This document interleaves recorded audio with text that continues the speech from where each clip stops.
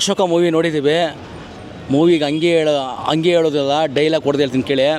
ಬೆಂಗಳೂರಿಗೆ ಎಷ್ಟೋ ಜನ ಬರ್ತಾರೆ, ಎಷ್ಟೋ ಜನ ಹೋಗ್ತಾರೆ. ದಾಖಲೆ ಬರ್ದೋರಿದ್ದಾರೆ, ದಾಖಲೆ ಮುರಿದೋರಿದ್ದಾರೆ. ಇವರಿಬ್ಬರು ನಡುವೆ ಕಷ್ಟ ದಿನಗಳು ಇಷ್ಟಪಡ್ಕೊಂಡು ಇಂಡಸ್ಟ್ರಿಯಲ್ಲಿ ಹಿಸ್ಟ್ರಿ ಕ್ರಿಯೇಟ್ ಮಾಡಿದ್ದು ಈ ನೀನಾಸಂ ಸತೀಶ್. ಝೀರೋಯಿಂದ ಬೆಳೆದು ನೀನು ಕೂಡ ಹೀರೋ ಆಗ್ಬೋದಂತ ವಾಡ್ದು ಹೇಳುತ್ತೆ ಅಣ್ಣನ ಲೈಫ್ ಹಿಸ್ಟ್ರಿ. ಅಣ್ಣಂದು ಮಂಡ್ಯ, ಅದಿರೋದು ನಮ್ಮ ಇಂಡಿಯಾ. ಜಮಾನ್ದಲ್ಲಿ ಜೋಗಿ ಶಿವಣ್ಣದು ಬಂದಿದ್ದು ದಿ ಲೆಜೆಂಡ್ ಆಫ್ ಅಶೋಕ. ಈಗ ಇವ್ರದ್ದು ಬಂದಿದ್ದು ದಿ ರೈಸ್ ಆಫ್ ಅಶೋಕ. ಅಣ್ಣ ಅಶೋಕ ಹೈ ವೋಲ್ಟೇಜ್ ಮೂವಿ, ಒಂದೊಂದು ಸೀನ್ ಕೂಡ ರೋಮಾಂಚನ.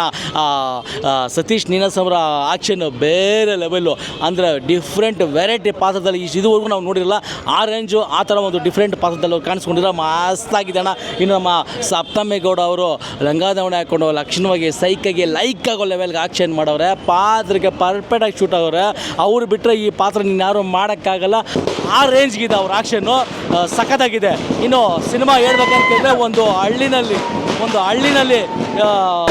ಯಾರೋ ಒಬ್ಬ ಬಲವಂತ ಈ ಥರ ಜನಗಳನ್ನೆಲ್ಲ ತುಳಿದು ಓಕೆನಾ, ಅವನು ಒಬ್ಬನ ಸುಖಕ್ಕೋಸ್ಕರ ಅವನು ಬದುಕ್ತಾ ಇರ್ತಾನೆ.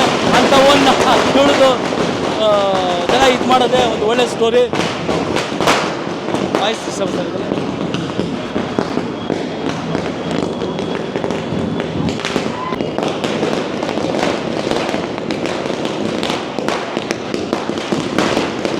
ಓಕೆ, ಒಂದು ಹಳ್ಳಿನಲ್ಲಿ ಒಬ್ಬ ದೌರ್ಜನ್ಯ ವ್ಯಕ್ತಿ ತನ್ನ ಒಬ್ಬನ ಸುಖಕ್ಕೋಸ್ಕರ ಹಳ್ಳಿನಲ್ಲಿ ಎಲ್ಲ ಜನಗಳನ್ನ ತುಳಿದು ಅವನೊಬ್ಬ ಬದುಕ್ತಾ ಇರ್ತಾನೆ. ಅಂಥವನ್ನ ಸೆರೆ ಹೊಡೆದು ಅಂದರೆ ಆ ಜನನ ಕಾಪಾಡಿ ಅವರ ಪರವಾಗಿ ಹೋರಾಡದೆ ಅಶೋಕ ಬರೀ ಅವ್ರ ಪರವಾಗಿ ಅಲ್ಲ, ತನ್ನಲ್ಲಿರೋ ಆಸೆಗಳೆಲ್ಲ ಬಿಟ್ಟು ಹಳ್ಳಿ ಜನಕ್ಕೋಸ್ಕರ ಕಾಪಾಡ್ತಾನೆ ಸರ್. ಸೂಪರ್ ಆಗಿದೆ.